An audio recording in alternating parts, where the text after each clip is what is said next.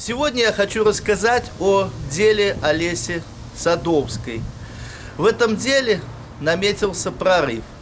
Напомню, случай довольно показательный. Когда 2 года назад девушка была избита в отделении милиции Молодеченского РОВД после того, как обратилась за помощью к милиционерам по поводу краденого телефона.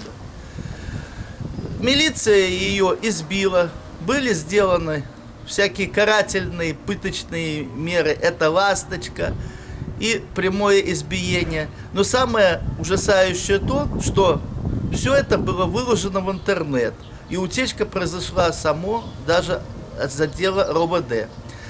После того, как в течение 2 лет Олеся Садовская добивается наказания людей, которые причинили ей пытки, ее после очередного обращения к ихнему непосредственному начальнику саму обвинили в нападении на милиционеров, а также признали судом, она была признана невменяемой.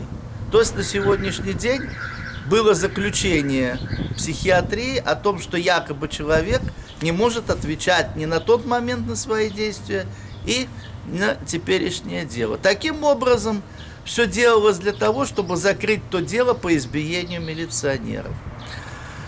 Однако нам с помощью правозащитного движения «Весна» удалось совершить прорыв в этом деле. А именно, мы опротестовали через суд это решение экспертизы. Кстати, экспертиза делалась не где-нибудь на районе, в какой-нибудь больничке, а в Центральном центре экспертиз.